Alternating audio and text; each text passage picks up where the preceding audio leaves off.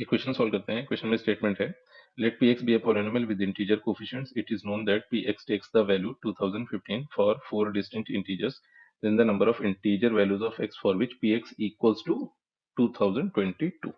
And इसके respect में चार ऑप्शंस अपने को दिए गए। तो एक काम ही करते हैं, रिमाइंडर थ्योरम का यूज करके px पॉलिनोमियल को लिख लेते हैं। px is equal to qx और फिर x minus x1, x minus x2, x minus x3, x minus x4 plus 2015। अच्छा, अब ये जो x1, x2, x3, x4 दिए गए, ये वही चार डिफरेंट इंटीजर्स हैं जिनकी वैल्यूज px में पुट करने पर px की वैल्यू 2015 हो जाती है। तो अब जैसे यहाँ पर px के लिए रिमाइंडर थ्योरम का यूज किया गया, तो ये आ गया अपने पास कोशेंट, ये गिवन है डिवाइजर, एंड ये आ गया है अपने पास रिमाइंडर। इसको बोल देते हैं इक्वेशन नंबर 1। अब अगर इक्वेशन नंबर 1 में x के प्लेस पर x1 पुट किया जाए, तो x1 पुट करते ही यहाँ से यहाँ तक ये सारे टर्म्स हो गए जीरो। ठीक है, इनफैक्ट ये क्यू एक्स फिर मल्टीप्लीकेशन जीरो, तो अल्टीमेटली ये सारे के सारे टर्म्स जीरो हो जाएंगे।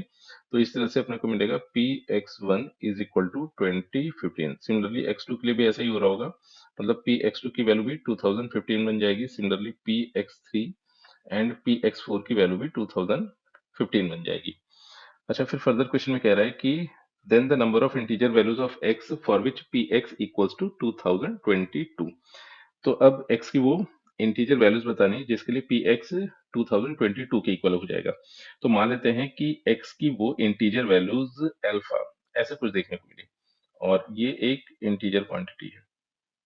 तो मतलब अगर मैं इक्वेशन नंबर 1 में x के प्लेस पर अल्फा पुट करता हूँ और उसके पुट करते ही px 2022 के इक्वल हो जाता है, तो अब ऐसी अल्फा की कितनी इंटीजर वैल्यूज पॉसिबल है। तो अब जैसे x के प्लेस पर अल्फा पुट किया गया, तो लेफ्ट हैंड साइड तो बन गया p ऑफ अल्फा, और ये बन जाएगा q of alpha, then alpha minus x1, फिर alpha minus x2, alpha minus x3, alpha minus x4, फिर प्लस 2015, और x equal to alpha put करते ही ये बन जाएगा 2022। तो और साथ ही साथ 2015 को लेफ्ट हैंड साइड पर शिफ्ट कर दिया, तो ये मिल गया है 2022 माइनस 2015, और ये आ गया q of alpha times alpha minus x1, alpha minus x2, फिर alpha minus x3 and alpha minus x4। फिर अब लेफ्ट हैंड साइड तो 7 आ गया, और राइट हैंड साइड अपने को ये पूरा का पूरा एक्सप्रेशन ही मिल गया। तो अब यहाँ से अगर देखा जाए, तो अल्टीमेटली ये सारे के सारे डिफरेंट इंटीजर्स गिवन थे, मतलब ये जितने भी चीजें दी गई ये सारे के सारे डिफरेंट इंटीजर्स हैं।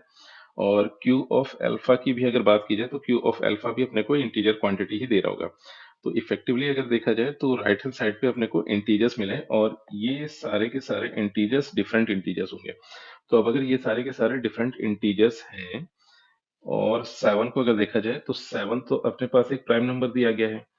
तो अब राइट हैंड साइड पे अगर देखा जाए, तो हुआ ये कि अगर सिर्फ और सिर्फ इन्हीं को कंसीडर किया जाए, तो 1 2 3 4 ये डिफरेंट इंटीजर्स हैं, और अगर चार कोई भी डिफरेंट इंटीजर्स अज्यूम करें, तो उनका प्रोडक्ट कभी भी इस 7 प्राइम नंबर के इक्वल तो देखने को मिलेगा ही नहीं।